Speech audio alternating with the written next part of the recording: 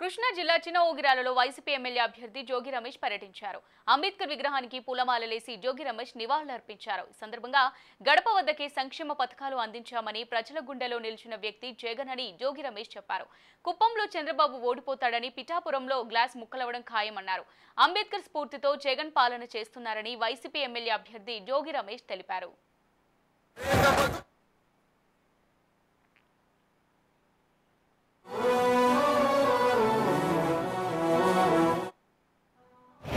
నేను ఉంటాను 25 సంవత్సరాల పాటు ఆంధ్రప్రదేశ్ రాష్ట్రానికి ముఖ్యమంత్రిగా ఉంటాను అని చెప్పేసి మన ముఖ్యమంత్రి మన జగనన్న ఈరోజు మనందరం చూస్తూ ఉన్నాం.